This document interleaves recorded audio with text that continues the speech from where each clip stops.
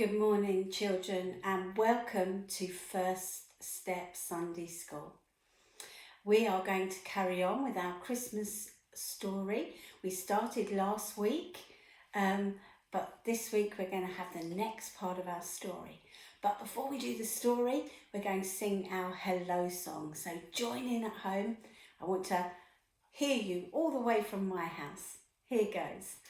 Hello children, hello children, hello children, it's good to see you here. Hello children, hello children, hello children, it's good to see you here. And I hope you've had a good week at school. I'm sure you're doing lots of Christmas activities this week before you finish, so have a brilliant week this week, won't you? Now, last week in our story, we heard about how Mary had a special visit from an angel, and the angel came with some very important news. Mary, who was only a young girl and who was going to get married to Joseph, was told by the angel that she was going to have a very special baby. And that baby was going to be God's son, and that she must call him Jesus. And we finished our story last week by Mary going on a little trip to visit her auntie Elizabeth, who was also going to have a baby. And her baby was going to be called John. And he would tell all the people that Jesus was the saviour of the world, that he would save everybody and that he was coming, and that they needed to say sorry to God and wait for him to come. Now, we're going to carry on with the story this week. After her visit to her auntie Elizabeth, Mary goes back home. Now, Mary's a bit worried because Joseph and Mary are engaged to be married. But Mary's worried because Joseph might not want to marry her now because she's having a baby that isn't his baby. And so, do you know what? God had already thought about this. He already had a plan. And so, just like Mary, he sent an angel to Joseph. But Joseph's angel came when he was asleep and he was dreaming.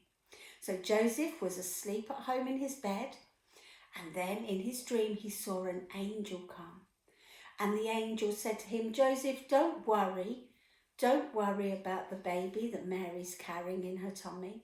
She has been specially chosen by God to carry his son, and you are going to be his daddy on earth.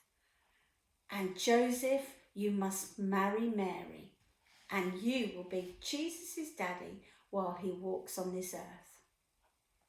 And I will be his heavenly daddy. So Joseph woke up the next morning and he knew that even though Mary was carrying a baby that wasn't his, that he would marry Mary and he would help her look after the baby and take special care because he was God's son. Now, at that time, the Romans were in charge, and they decided they wanted to count the people to find out how many people were living in the country of Israel. And so they made a proclamation. That's a fancy word, isn't it? It means that they sent out messages to all the towns and all the villages, to all the people, saying to them, we want you to go back to the place that you were born in, and we want you to register so that we know how many people are in Israel. And Joseph had been born in a town called Bethlehem. So he and Mary, who was very pregnant now, had to travel to Bethlehem. Now, they usually walked on these journeys, but because Mary had a baby in her tummy, it was very difficult for her to walk, and so she sat on a donkey. And I'm sure if you haven't done so already, you will be singing that song, Little Donkey, at school, because that talks about how Mary sat on the donkey and travelled to Bethlehem. Now, when they got to Bethlehem, there was a problem, because loads and loads and lots of people were coming to Bethlehem to register, and they used up all the hotel rooms, all the places to stay. There was no room anywhere for Mary and Joseph to stay. They knocked on the door, and each time they knocked, the innkeeper or the hotel man would shake his head and say, "No, I'm sorry, we haven't got any room." Now Mary was very worried, because she was going to have that baby at any time. And so Joseph kept on knocking, and he eventually came to an inn, which is a bit like a hotel. And he knocked on the door and he said, "Please, my wife is going to have a baby very soon. Please, have you got any room for us?" And the man in charge shook his head and he said, "No, I haven't got any room." And then he remembered. He said, "I haven't got any room in my hotel, but there is a stable at the back. If you don't mind sleeping in the stable, you can stay there." So Mary and Joseph took the donkey round to the stable, and that's where they stayed. And it wasn't very long before Mary started to get pains in her tummy, and she knew that baby Jesus was coming. And she gave birth to baby Jesus, and she wrapped him up in clothes and cloths, and she laid him in a manger, which is the trough that the animals feed out of. And next week, I'm going to tell you about some of the special visitors that came to see the new baby Jesus. Wow, isn't that amazing? To be born, the Son of God, to be born not in a fancy palace, not even in a hotel, but in a stable.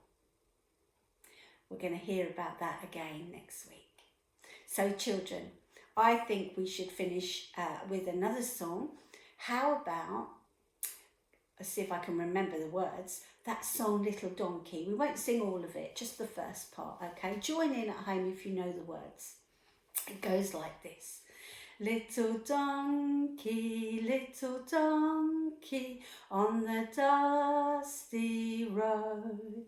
Little donkey, carry Mary with your heavy load. Little donkey, carry Mary safely on her way. Now I'm sure I've sung that a bit wrong, and you probably know the right words. So you try singing that again at home. Get your mums and dads to help you. That's the best way. And next week we'll be having another story, and then it'll be Christmas. So I will see you next time, and I might see you at church. So make sure you say hello to me, and you come and sit at the table and do some colouring and some work. All right? I'll see you soon. God bless. Bye.